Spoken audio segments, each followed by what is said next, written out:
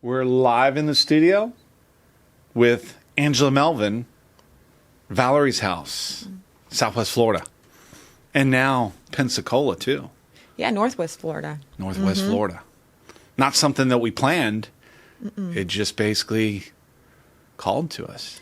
Yeah, literally. We got a phone call Yeah. from someone who was in that area 10 hours north of us who was looking around for grief support and realized there wasn't anything, and then started asking around and searching online, and Valerie's house came up. Yeah. So what we normally do in here is talk about real estate, because that's our McMurray members, podcast, live. But we also talk about community. We talk about community leaders. We talk about what's so special about Southwest Florida, the people and the places that make Southwest Florida so special. And Valerie's house is one of them. What is Valerie's house for our viewers? Valerie's house is a special place where children and families can come and be themselves who are grieving. It's a place where they find comfort. It's a place where they can learn that there's hope. There's a light, I would say, through it all when grief can feel very dark. And it's a place of coming together. It's not a formalized anything. It's just people caring for one another. It's people who have been through it, the loss of someone special, and helping others through it, because the only way to really understand grief, especially as a child, is that you had to have experienced it. Otherwise, it's an unknown. It's really hard to connect with kids who are grieving unless you've been there. And so that was, the initial mission was just people helping others grieve. Yeah. Things that I didn't have when I was young. Nor did I. Nor did you. And that's how I got started, because I met you 6 years ago. And I always tell people it's a blessing. It's one of my true blessings, one of the greatest things that have ever happened to me. And because I was one of those kids at 9 years old that lost my father in a tragic car accident. And just like your mom at 10 years old. So that's what we do.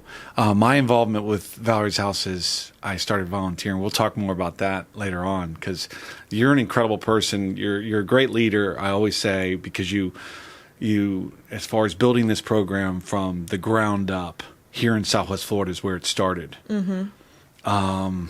Before that, what'd you do before Valerie's house?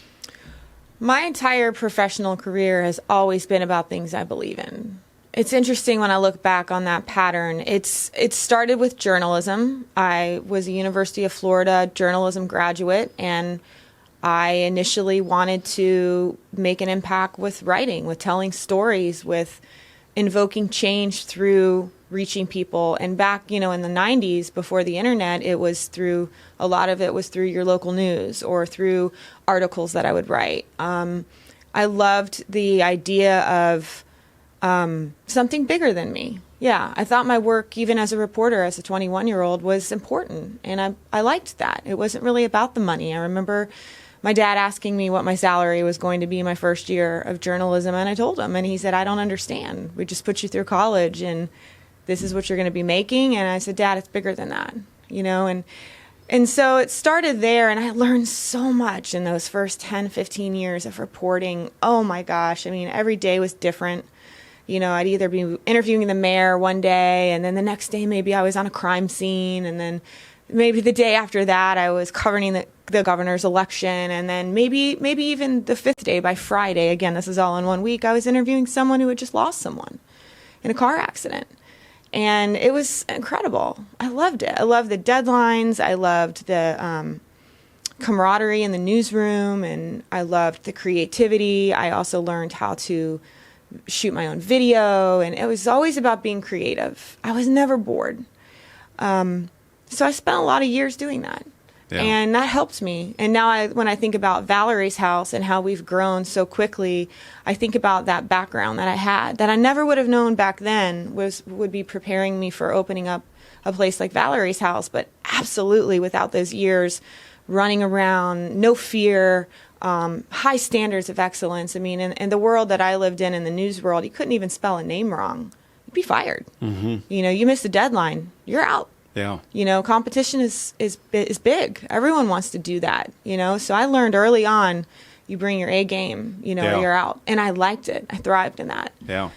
After that, I had an opportunity to go into politics and work for someone that was a good friend of mine who was elected to the United States Congress. He was an unknown, and I used a little bit of my experience to help him get out there.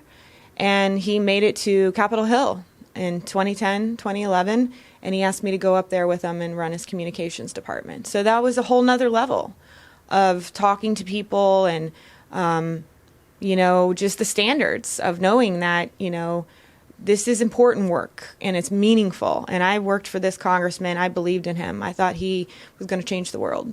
I got up there and realized it wasn't quite as easy as that, but it all shaped me. Yeah, it was politics, but I learned, I learned it definitely the instinctual part of who I was recognizing that you had to get people to believe in a cause. Yeah. In order to make change. It couldn't ever just be one person. It really had to be, that there were politics, that people always had an agenda. And how can you get what you want, in the end? If you know what you want is important, to be patient. And I learned a lot of that on Capitol Hill. Yeah. And then, of course, this is my hometown. And I never thought I'd come back here. I left going, I will never come back to Fort Myers. You've got generations of family here. Exactly. So this is your home. Yes, it is. And I love this place. And that I was running from it for many years. And I think a lot of it had to do with the loss of my mom. There's a lot of childhood, there was a lot of things that I hadn't dealt with. And Fort Myers represented that for me. Yeah. And so I thought if I could get out, then maybe I could get away from that and never have to really go back to that. But I had to. Eventually, we all have to face it somehow, some way. And God allowed me to use what had happened to me and help others. And I don't have any regrets. Yeah. I don't. I know that this is where I'm supposed to be, as hard as it is every day. I know this is where I'm supposed to be. Yeah, we talked about that. We talk about it all the time, and we'll get a little bit more into that, too. We're going to go deep here, Angela. Thanks for the warning. You know me. I'm already tearing up, so you can see it in my eyes. So Valerie's house, when did it start? We opened the doors January 11th of 2016. That was our first group night. So we just hit 7 years. 7 years ago this month. We started with 20 children, and we quickly realized that we were onto something. This was something families wanted. You can have that idea in your mind of this is what I think families want, but you really don't know until you open the doors. Yeah. How many are going to be open to it? Yeah. And right away they were. Yeah. We were onto something. Early days, some of those first group nights, just the emotion, and I realized I want every kid to have this experience. But how do you do that, The calling in your heart and mind's always been there, but as far as to, what's it look like and what am I going to do with that? How did you get the idea about Valerie's house? I had seen this concept in some other communities around the country because of how grateful I am, again, that I did leave my hometown for a little bit. I had a chance to visit and live in many other places around the country. So my eyes were open to grief, and I'd seen it in some of the bigger cities that I lived in, that there was this concept of kid to kid, friend to friend. And I thought, that's what I needed. Support, I didn't really, not clinical. Right, not a counselor, but wow, just to know other kids my own age. The first time I had ever seen anything like this, I was living outside of Nashville, Tennessee in 2003 actually. And I was asked to help with a camp. It was a grief camp. It wasn't like a Valerie's house where they went daily, but it was a special camp once a year. It was through the local hospice. And I volunteered. And I was 27 years old. And it was the first time in my entire life that I had met other people like me. And these kids were 14 and 15 years old. And I felt like I had more in common with them than people my own age. I felt like I was one of them. it moved me tremendously. And there's a little girl there that I'm still in touch with today. Her name is Lisa, and now she's married with with a family. Yeah. She had lost her mom.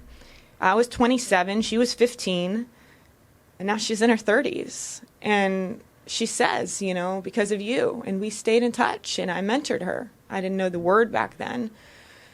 But I realized that, yeah, you know, grieving people need each other. There's just like an unspoken.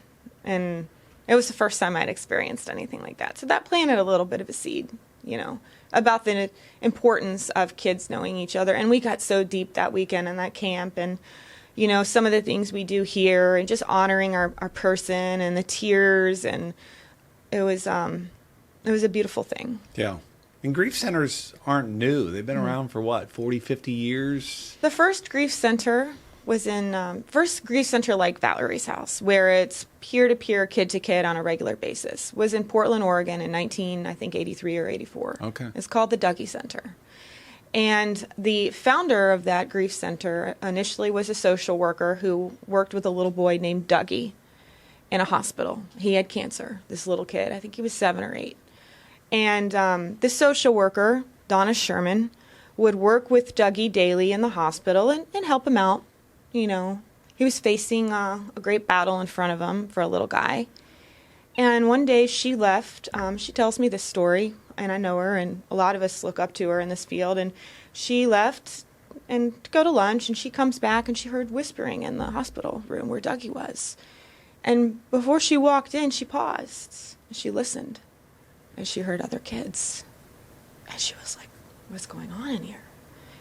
And sure enough, Dougie was sitting on the hospital bed. He had found other kids in the hospital. Like they had made their way towards each other, and they were all talking about what they were facing. And she said to herself, this is more impactful than anything I could ever do for this child.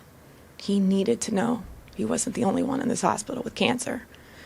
And that was the start of the aha moment. Dougie unfortunately died. He didn't make it. And but Donna promised herself, I'm gonna take something from this. So she worked with Dougie's family to open up the Dougie Center for Grieving Children in the early 80s. And it was all about what she had witnessed in that hospital room, which was the power of those kids coming together in their own language.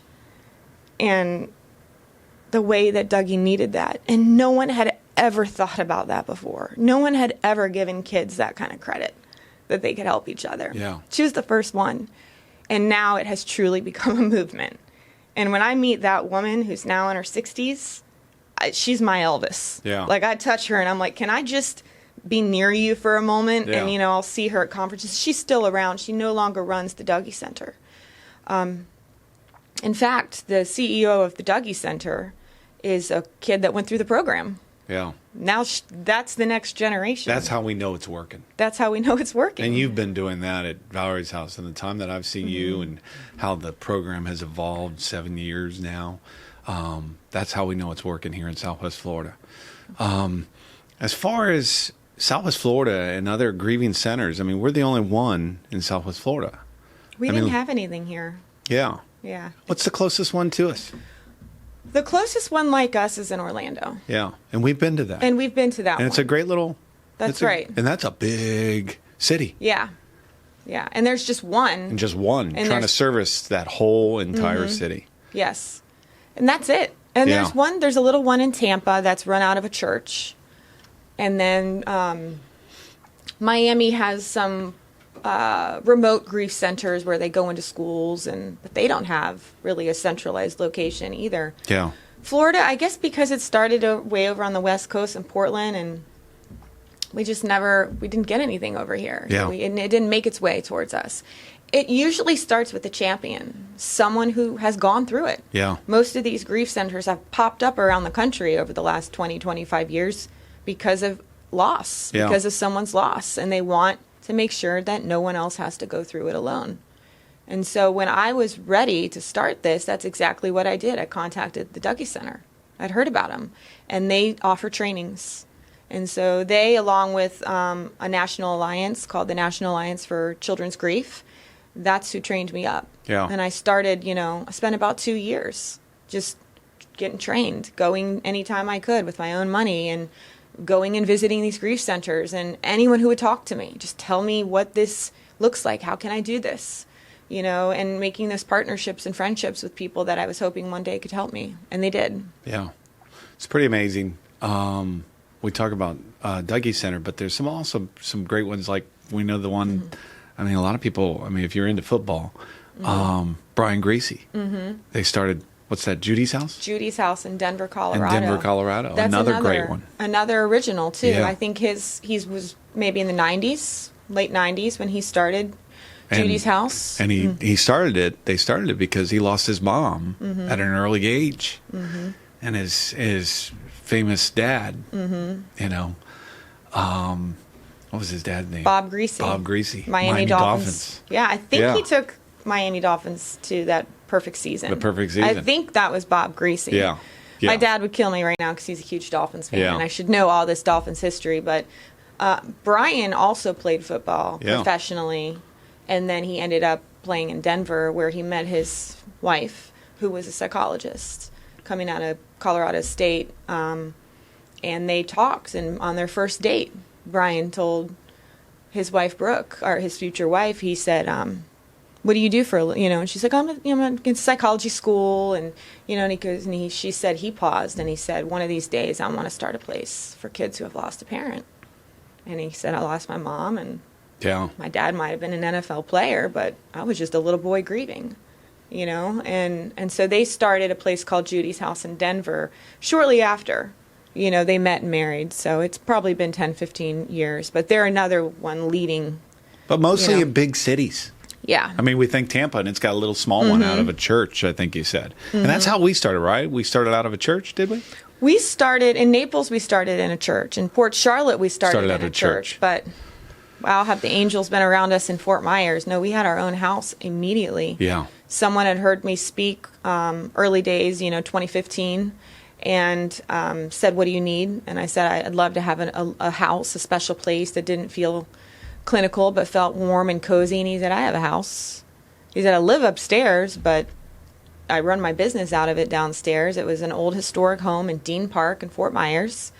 And he said, tell me what you need, and would this work for you? And I looked at it, I said, "Oh my gosh, it would be ideal." And he said, "Well," he goes, "I go back and forth to New York." It was just such a chance encounter. He's like, you can use it, And so I said, "Okay." So he goes, "How often do you think you're going to need it?" And I said, "Probably just a couple days a month. We'll have one group twice a month on Mondays." And he said, "Okay, that'll be fine." And then I said, "Well, can we paint it and renovate it downstairs?" He said, "Absolutely. You just take it. It's yours."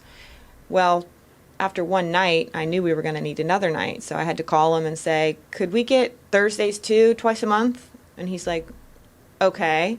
And then after that, it was like, "Can we also get Wednesdays?" And before you knew it, we just took over downstairs. And he ended up moving to New York, and then we just took over the lease. It was a rental. So, but I still keep in touch with him too. He's just kind of been cheering us on from the background. But what a chance encounter to meet someone who had a place and didn't cost us anything. He just gave it to me. That's crazy. And then we got a committee together to paint and clean it up and make it fun, and it was beautiful. It's because of all your hard work and the people that you've surrounded yourself with and continue to and just live it. And I think that's what makes you so special and Valerie's house so special. It's just all the people there. And it doesn't mean you have to have a personal story behind it to work at Valerie's house or to volunteer, but you make sure people are on board. That's what you did with me. I'll never forget when we met 6 years ago. We met at a local bank function, Finemark Bank, and Christina said, "Mike, I've got somebody I want to introduce you to." And I had no idea about Valerie's house. I'm a realtor out there. I've never been involved with a nonprofit or sitting on a board or volunteering because never found it. I was always someone that said, unless my heart's there, I'm not going to get involved with something just to do it. Just to have it on my resume. Mm-hmm. That's why you always just gave a check, and that's it. We need those checks, but that's the easy thing to do. Mm-hmm. But you I met you and I asked you, what do you do? And you go, Valerie's house. And I said, what's that? And you said, well, we work with kids and families that grieve over the loss of a loved one. I go, really? How'd you start that? You go, well, I lost my mom at 10 years old. And I go, that's when it hit me. Because I lost my dad at 9. And then you said car accident. I said car accident. I'm like, oh, man. You know, it's like that support, you know, like we do. But then the next day, I went back to work and I said, got to get back to work. But it was always there. And then a year later, I called you. I don't know what was going on in my life. I just kept on thinking about it and thinking about it, thinking about it. And I called you up and I said, is that invitation to come see the house still there? You said, absolutely. And this is what I bring this to your attention and everybody's attention is because of the type of leader you are, the type of how you've grown the program, how you've picked the people, selected the people every day, each day, all that kind of stuff to you're either on board or on the board. And it's the same thing as your volunteers, as your people that work within. And you said to me, I said, how can I help? And you said, well, you can start by volunteering. And we're having a group next week. It wasn't like I'm some professional out there, well, why don't you sit on our board? Or not that. And that's not what I was wanting. I just was like, oh my God, this is, you know, and I started volunteering. And I just got more and more and more. And I just started doing more and more and more. And, you know, naturally, I'm the crier of the group. So I can get choked up about but that's that grief. That's that, you know, because grief, like you've always said, we say, it comes in waves and it never goes away. You know, it's always with us. And, you know, that's what, you know, you found me. I found you. I found Valerie's house. And I'm just so thankful for it. And that's the kind of people you pick. That's the kind of people, because like you said, this is serious stuff. This is serious stuff. And you and I talk about it all the time because, you know, I mean, I sell real estate and I've got my family and I do this from my heart, volunteering and sitting on the board. But you are with these kids every day. You go from one family to the next and you're living what they're going through every day. And that's tough. And so are your people within. You know, you're not just someone meeting with donors. You're in everything of the program. I mean, you've built this. You're the founder. I've heard that word, the founder. What's that? That's a big deal. It's a big deal. That's where that passion comes from. And, you know, I'm just honored to be part. I'm just honored to be part. And it's needed because like you and I always think about when I lost my dad, we didn't have FaceTime. We didn't have Zoom. We didn't have, it was collect call from your dad in Illinois because my mom and dad got a divorce when I was young.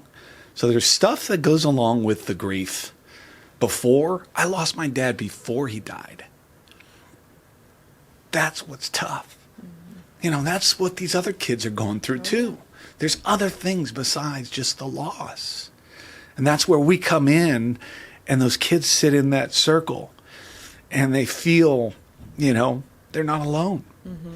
All these words that maybe I might say, I learned from you. You're not alone. You know, it's tough. It's tough. It's serious stuff.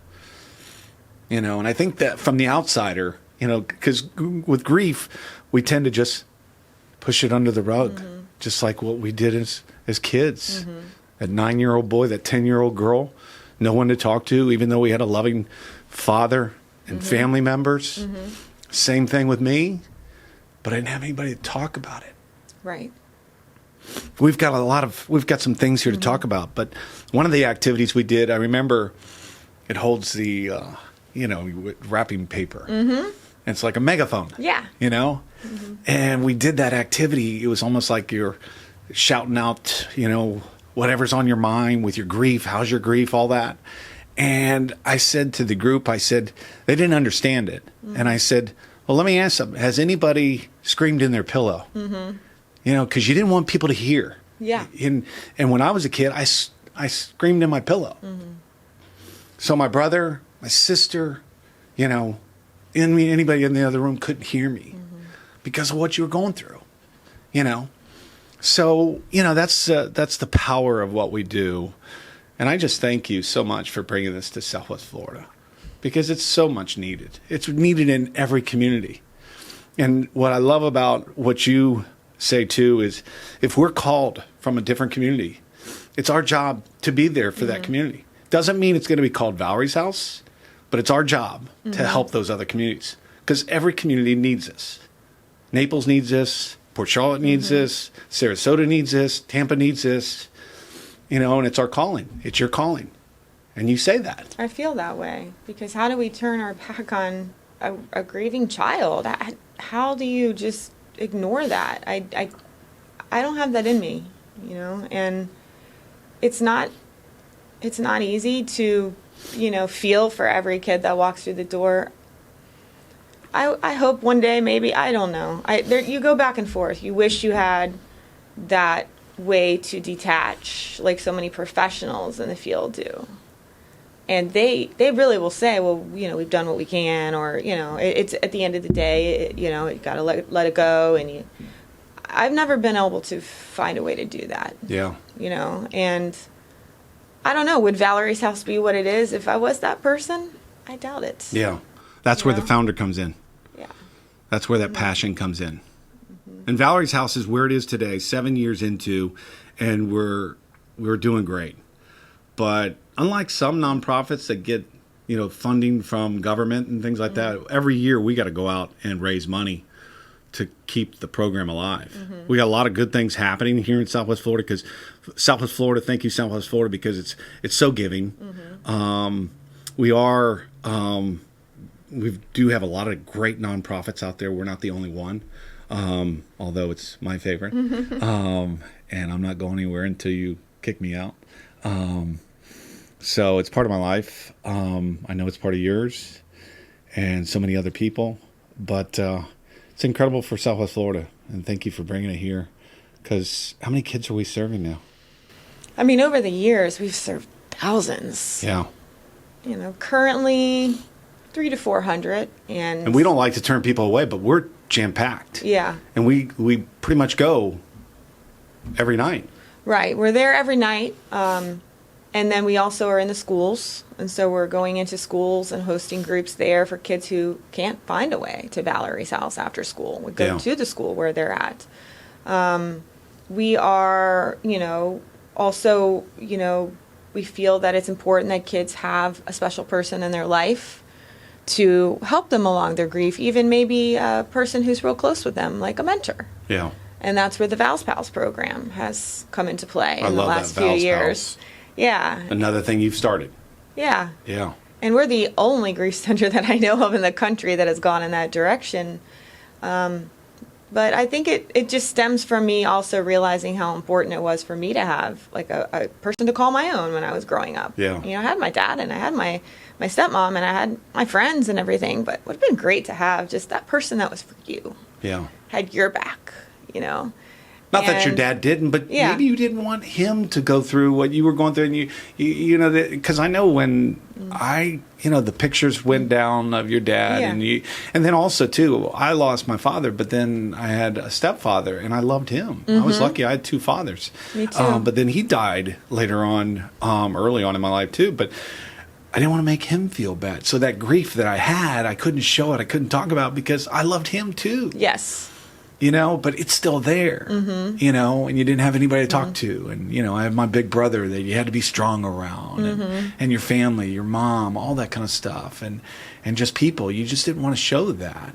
And you wanted to be strong, but it was there, So I think it's awesome with the Val's Pals because I've been a mentor. You were one of the first before we even formally had it. And I've never done it before. And you remember, I called you and I said, Yeah. can you meet with one of our teens? He needs some help. And you were the first person I thought of. And you're like, definitely. And I think of him every single day. You get so busy in your life and there's so many things that you're doing. But we live with these kids. You live with them every single second of the day. But the little time that I'm there, I tell you what I go through. It's tough stuff. Yeah. And there's a lot of people that just don't want to go there. Oh, yeah, they don't want to. They just can't go there. But someone needs to. Someone does need to. And that's what you're doing. So 7 years in, we've got a new house coming. Be part of that, Southwest Florida. So many people already are. It's not too late, because every year we've got to raise money to run this program. So, staffing. You've done an incredible job of picking people that are just totally behind Valerie's house, and just great people. And volunteers. How many volunteers do we have now? 30 or 40. Yeah, active volunteers. Active that help with the groups, and whatever we need, they're there. Yeah. They have a love for this mission, and we just did a training a couple weeks ago. We do a couple trainings a year where we bring new volunteers through and share with them what we do and our vision for how we work with grieving families. And grief never ends, and acknowledging the person that died, and just the way that we look at grief that maybe most people have never really thought of before or learned before. They may still be back in the stages of grief, which are, you go through this, and then you go through this, and then you go through this, and then it's acceptance, and it's over with. And it should take a year. What do you think I am? Yeah, like what families come in kidding. thoroughly confused, like you would be too. Wait a minute, well, where am I at? Because I'm still feeling it, and maybe I never hit anger. Well, it never goes away. Yeah, it never goes away. Yeah, it doesn't ever go away, and it doesn't matter how you lost them or even how long you had with them. Yeah, grief is very personal. It's very different for everyone, and it's a very unique, individualized experience, and it's an experience that you live with.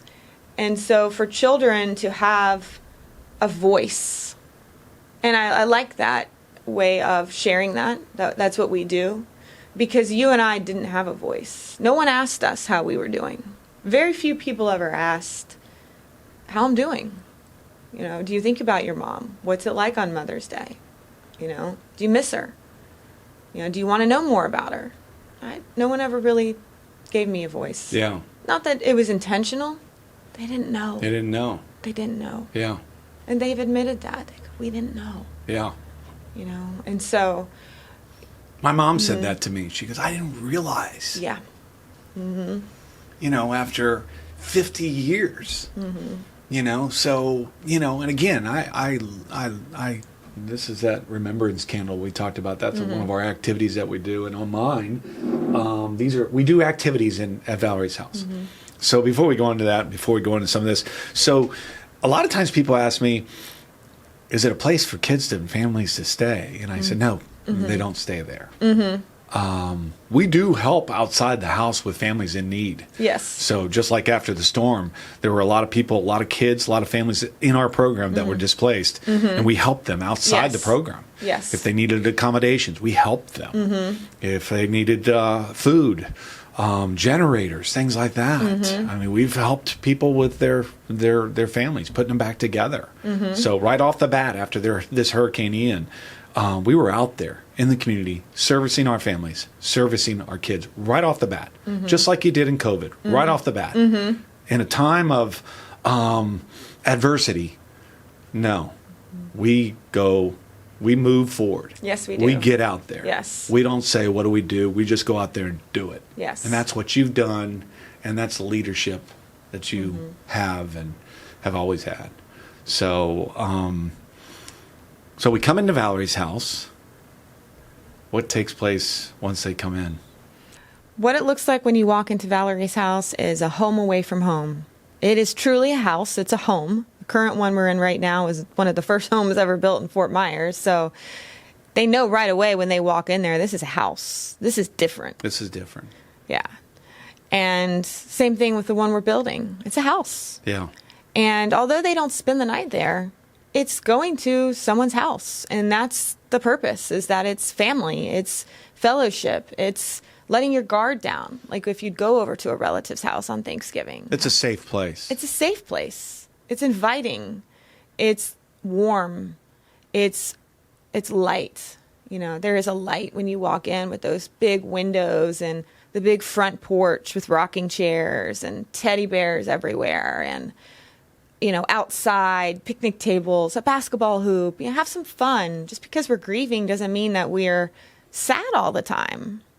And that, I think, is sometimes where the confusion is, because if a child isn't showing their sadness, they must not be grieving. And we know that's not true. Yeah. Because kids come in and out of their grief. They could be real sad one day, and then within minutes, they could be playing. And I've had parents ask me that, like, is that normal? I was like, absolutely. Sometimes right after we find out our loved one died, you and I have that memory. You know, maybe you're real sad, but maybe the next day you were able to go back to school, or you were able to put it somewhere else for a few hours, but then it would hit you again.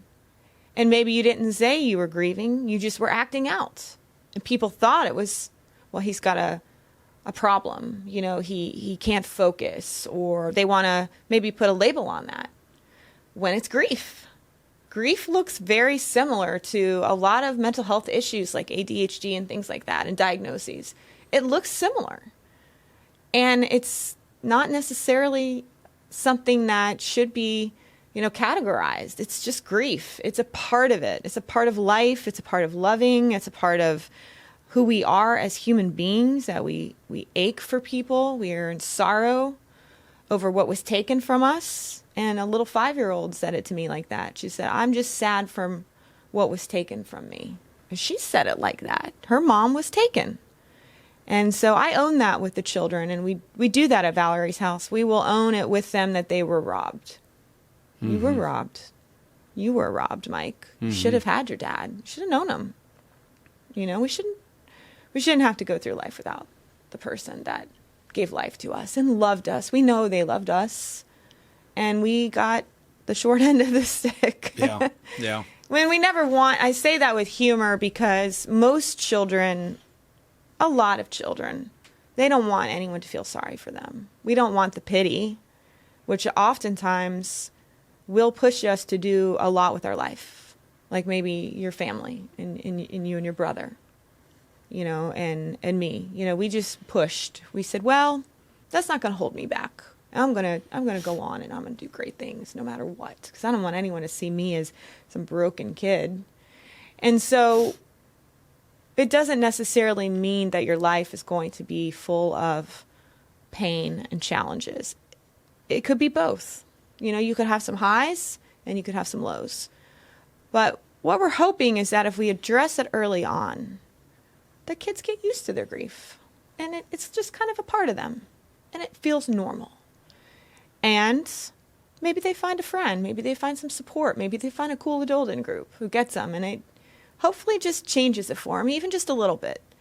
And maybe then they're able to help others.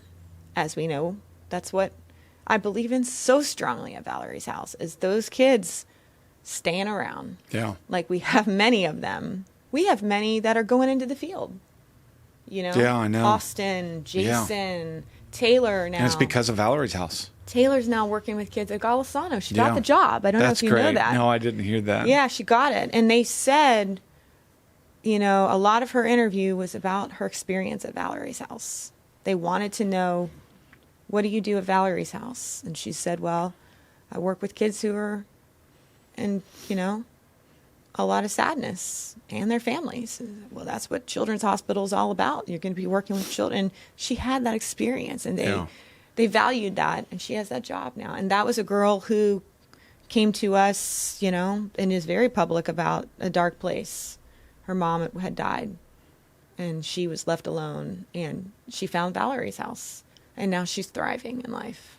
She'll always struggle, just like we will. And some struggle more than others. I think depending on what that support system is. Not everyone had it as good as you and I. I think you and I had it good.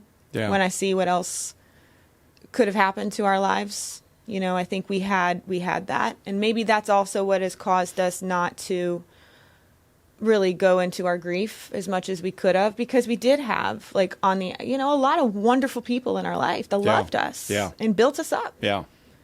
And what we know with Valerie's house is a lot of kids don't have that. The person that died was that person for them in many ways. And they lost that one person, you know, or their life was already a little unstable. Yeah. There was already a lot going on there. And now the blow of the person died in your life, you will never get them back. Yeah. So we we see all kinds of families and all kinds of grief at Valerie's house, and I want us to just continue to get better at it and learn. We learn from them. We learn from the families. I learn from them. Yeah. And you ask, gosh, how do we know how to do all this? How do we know what to say to a kid? It's just their experience.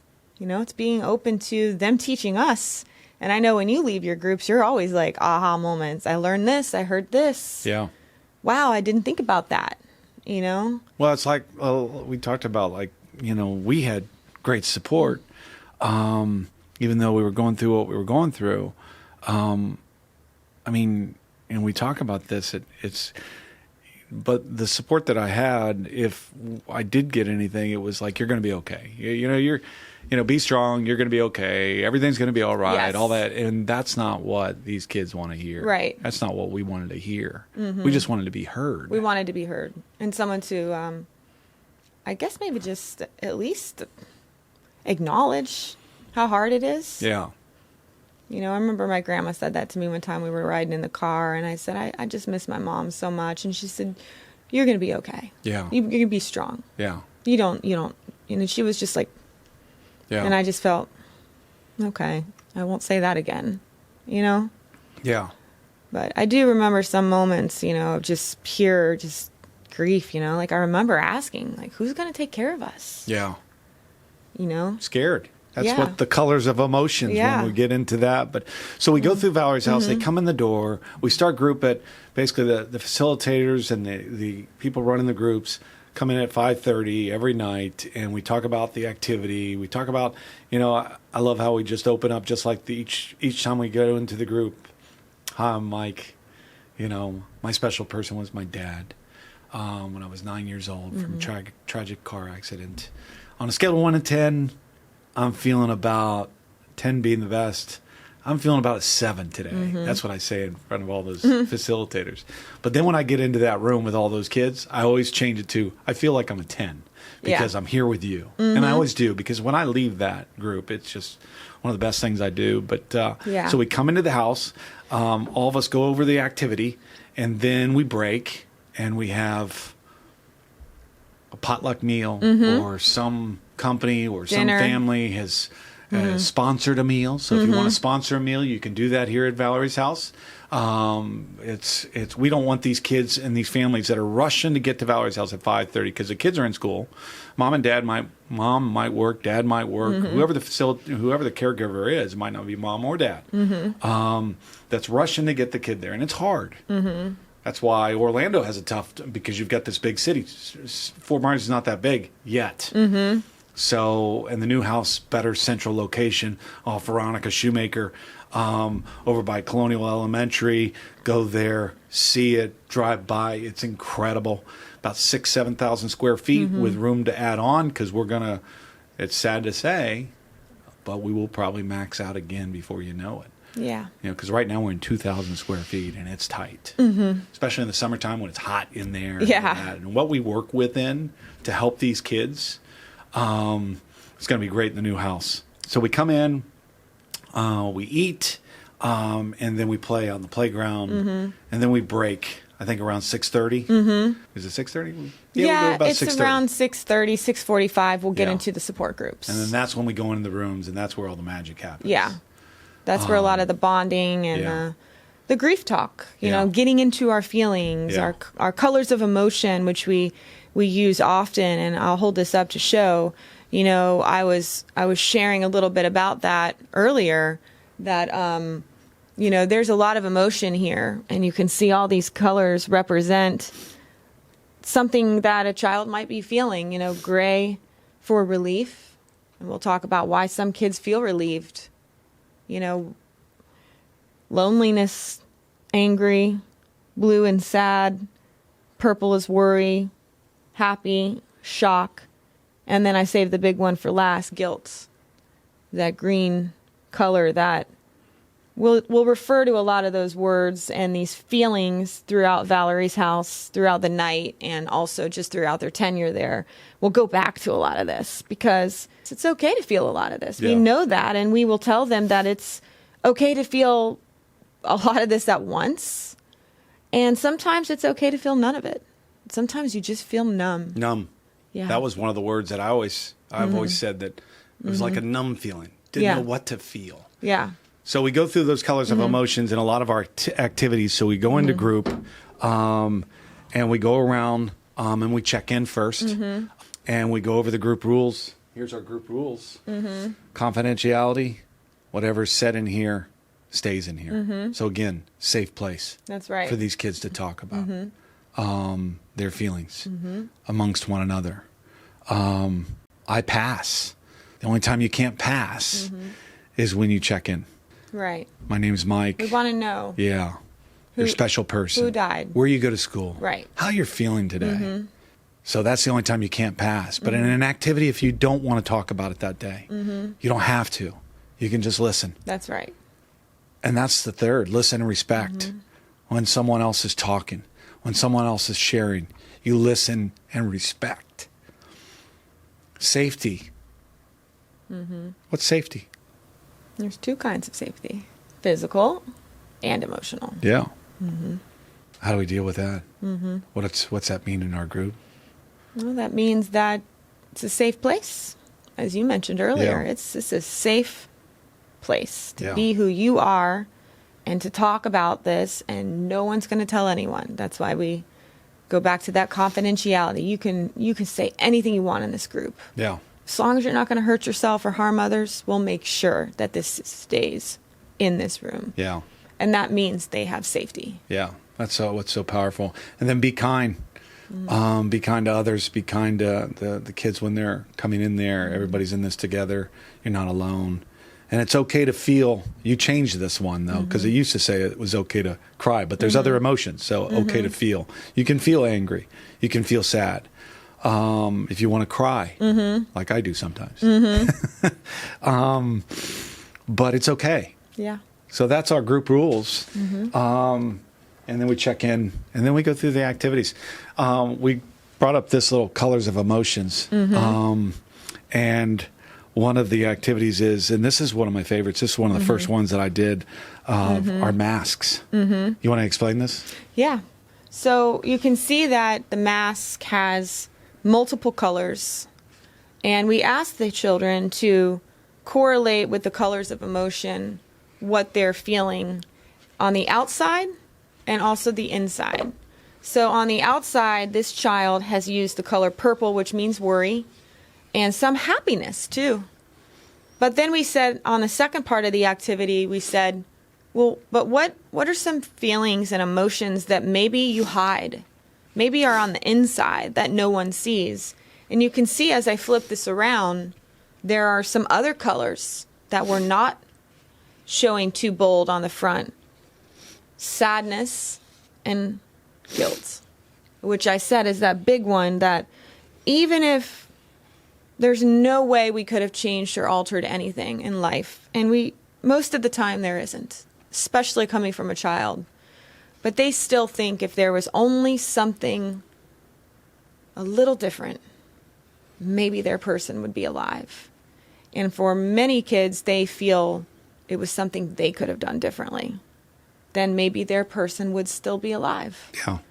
And what a burden to carry. Maybe their parent was on the way to pick them up from camp, like mine, and that's when the accident happened. For one kid, she had to make the decision because she was the only one in her family that spoke English to take her mother off life support. And she wonders, was that the right thing to do? Yeah. For one little boy, he said to me, well, I wonder if maybe I reminded my dad to take his medicine. He wouldn't have died. Yeah. Even though he's only 7. He thinks maybe it was his fault. So a lot of that we want to talk about early years. We don't want that 7-year-old to still think it's his fault when he's 30. Yeah. Because it's going to be really tough. Yeah. To have a life and to be the loving parent you want to be. Grief is very generational. It stays. It passes along to your kids, to their kids, and it's important that we know our grief like you are now, and that you're sharing that with your family, because now they're not taking it on. They're able to see that, okay, this happened. And dad struggles, you know, and mom struggles. And it's not my fault. You know, this is something that happened when he was young, you know, and kids are seeing that, and they're changing, and you're changing the trajectory of your family. Yeah. You know, that's what we hope to do here. This mask I picked up, white, was probably numb. Yeah. And that's what probably it meant for me. Mm-hmm. You know, on the outside, you didn't see anger, you know, mad, whatever those colors would be. For me, I was just this kid that smiled and happy and all that. But inside, you didn't know. Mm-hmm. You didn't know what to feel. Right. You know? You didn't have the words for it either. Yeah. You know, and I had happiness and things like that inside too. But, you know, these activities are so powerful. What we get out of these kids. And so the groups, we've got littles, we've got middles, we've got teens, and there's multiple groups of teens, multiple groups of middles, multiple groups of littles. And then we've got the caregiver room. Right. Where the parents come in, or the caregiver, whoever it is. That's taking care of them, That's taking care of the kids. And it's interesting, some of the kids that have come in and they're for the first time, and the caregiver says, they didn't want to come, and this is going to be, I don't know if it's and I think every time I've ever been around that, it's really the caregiver that probably is a little bit more. Yeah. But when we're done, that kid, I just see a smile most of the time, or that just that relief that's let out. Yes. You know, that those feelings that are let out. And it doesn't mean they come in and share right off the bat. We've had plenty of kids in my group that are new, and you know, most of them do. They right off the bat. I'm very surprised. You know, and I mean, any of the kids that I've been around, they always come back. And that's the power. That's the beauty. So, we did this one, Remembrance Candle. I'm not going to get into that because that's about me. We've heard enough about that. But this was one that we did over the holidays, because the holidays are tough for kids and families, because they remember their special person. You know, that day, that anniversary of that special person. Mine was April 15th, tax day. And he paid the tax that day. I'm not exempt because of that. So I still got to pay taxes. But anyway, I remember that day. But I make that day my best day. I do the perfect day. That's how I do it. My birthday, the same way. Yeah. You know, so I remember my special person, my dad, my stepfather, my grandfather, all these people that, you know, I was around. Death wasn't new to me, even before my dad. But you just didn't know how to feel because it was like something you didn't talk about. Yeah. You mentioned the candle, and you say, well, I'm not going to get into this because it's not about me. But it really is, because Valerie's house wouldn't exist without people like you and me and our grief. Yeah. It is about you. The only way you could do this and be so passionate is because of your grief. Yeah. It is about you. And it's okay that it's about you. And it's okay that it's about me. And it is our story. And it's our story that we are passing along to others and hoping that they will not maybe feel it quite as bad as we did. Yeah. You know, and there will be people behind us that are grieving that will help others. And that's what we've started here. Yeah. This is what we've started in our community. And I look to you as someone who loves it just as much as me. Yeah. And there's a lot of people like that too. We've got a lot of incredible supporters out there.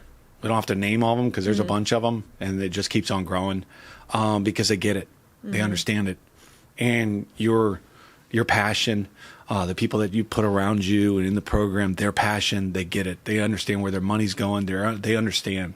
They understand what this means for Southwest Florida. They understand what the organization and the mission's all about, and it's needed. It's never going to go away. It's always going to be here, no matter what. You know, that's the dream. Yeah, it will be here way beyond your lifetime and my lifetime. Yeah. And now we know with this property being built, it's for families. It belongs to them. Yeah, it doesn't belong to me or you. It belongs to those families. It's for them, and that's the theme I will continue to carry for all of them. When we have this grand opening in a couple months, I want every family that has ever come through Valerie's house to be there. House opens up in probably August. I think we're shooting for. I've said Labor Day. You know, kind of holding on to that, and we know how grateful we are to have the people behind this house that we do, because they're moving it forward for us. Despite everything that our community has gone through, Valerie's house is rising in the ashes. Yeah. Of our loss in this community. It's going up. It's you can see it now physically. I mean, we can walk by, we can drive by, and in fact, one of our Valerie's house families lives right across the street, and she drives by and she sends me pictures every day. That's awesome. And she said this is happening. Yeah. So I'm glad that they are feeling that this is for them. Yeah. You know, I don't think the kids quite grasp it yet. Yeah. How much what we do is for them. Yeah. You know, that they're that important, that they're getting this house, that people really care about them, that this community cares about them. Hopefully they see that and they know that they're important and they're worth something. Because I don't know if they always get that in school. And I think that sometimes that's kind of how they come into Valerie's house, feeling like, I'm not really that important. There's nothing really great about me. Yeah.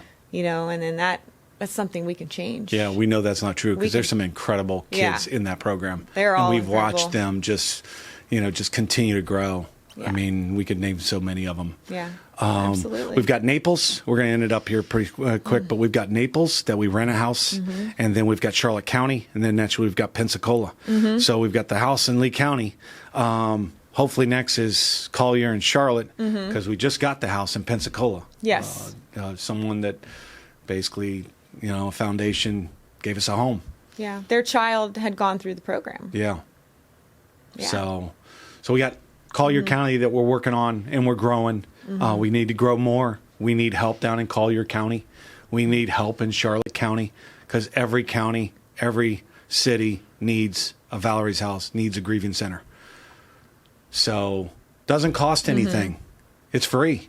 Yes. It's not free to run it, but it's free to go through the program. That's and right. There's no 7-step program, 10-step program. It's whenever you feel it's time to graduate. For as long as you need to be there. Yeah. We're here for you. And you can come back. And you can come back. Yeah. But the kids are usually from early until they're 18, 19, somewhere around there. That's right. Yeah. The Thursday night teen group I run, I asked them, how many of you are seniors? And I knew there was a lot. Like half of our group are graduating this year. Several of them are staying, going to FGCU. So they'll stay and now lead new groups with me. But it was neat to see, because so many of them started with us back in 2016, 2017. So I've seen them grow up in the program. And their parents have become actively involved. We have a lot of Valerie's House parents that work for us now, 3 or 4, and or lead groups and volunteer. So, and a lot of our Valerie's House teens and young adults now lead groups and volunteer. Yeah. That's paying it forward. That's the circle that I want to keep going. Yeah. You come in and you stay and help. You come in and you stay and help, and then you just keep paying it forward. And as long as we're doing that, and even whoever runs this after me, way beyond my time here, and I want to make sure that is built into the foundation of Valerie's house. And right now, I fight for that this is not formal. And sometimes you might even have people in the community say, well, how many therapists do you have on the team, and what kind of counseling? And it's like, well, although we do have therapists and counselors, that's not what this is. This is grieving people helping others. With professional guidance, and structure. Absolutely. There's a lot that goes into putting this together. But the power of it is people who've gone through it are stepping forward to help others. Yeah. And most, of our leaders and people that I bring onto the team have experienced loss. Same thing with our board of directors. Yeah. Half of them have had this experience happen to them. We got an incredible board too. We definitely do. I think we're in the best place we've ever been. Yeah. And a lot of that, Mike, is because of you. Well, I appreciate that, but again, it's because of you.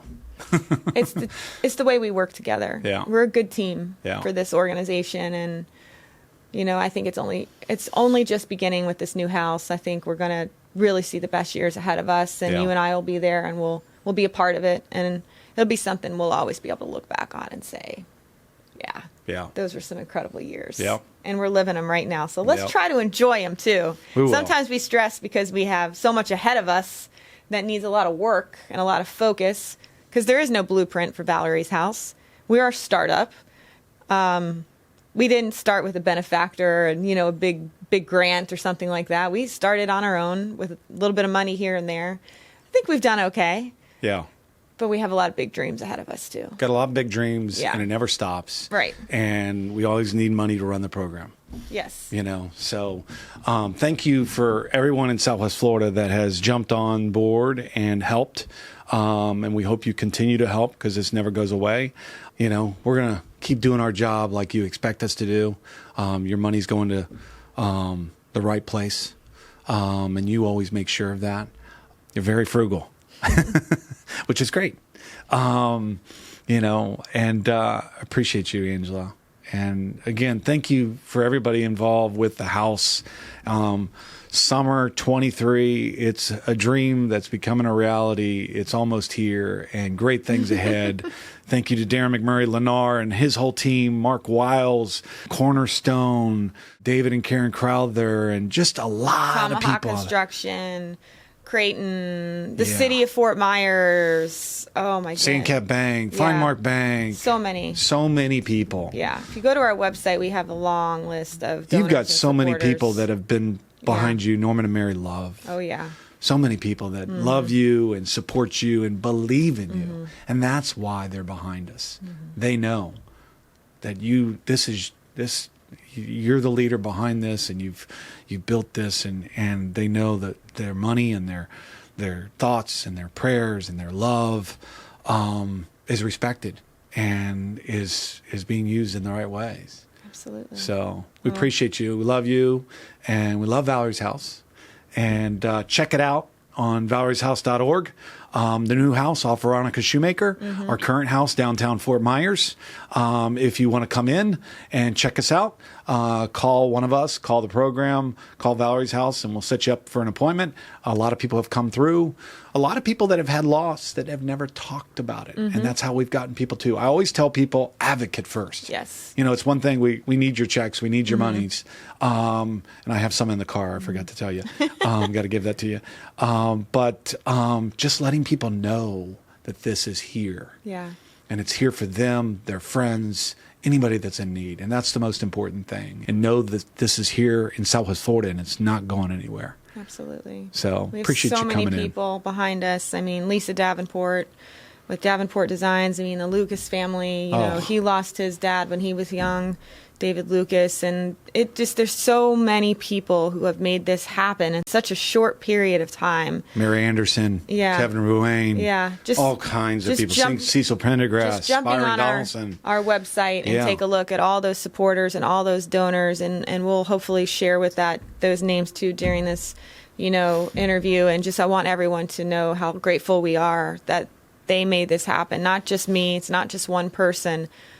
You made this happen. And Mike, you made this happen. And I couldn't imagine doing it with anyone else. One other person, Brian Risk. Yeah. I mean, and again, a lot of these people you could go have on and had on about so many incredible people. A lot of these people have had a personal loss themselves, and that's why they get it. Yeah.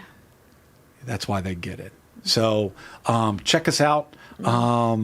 Thank you, and thanks for coming in. It's been a long interview, but we could just go on. We got a lot and to on. talk about. Yeah. Well, So maybe we'll do a part 2. Yeah. There's a lot of information out there about Valerie's House, and we're out there on social media, so there's plenty of information. Check us out, and that's it. Thank you. Thanks, Angela.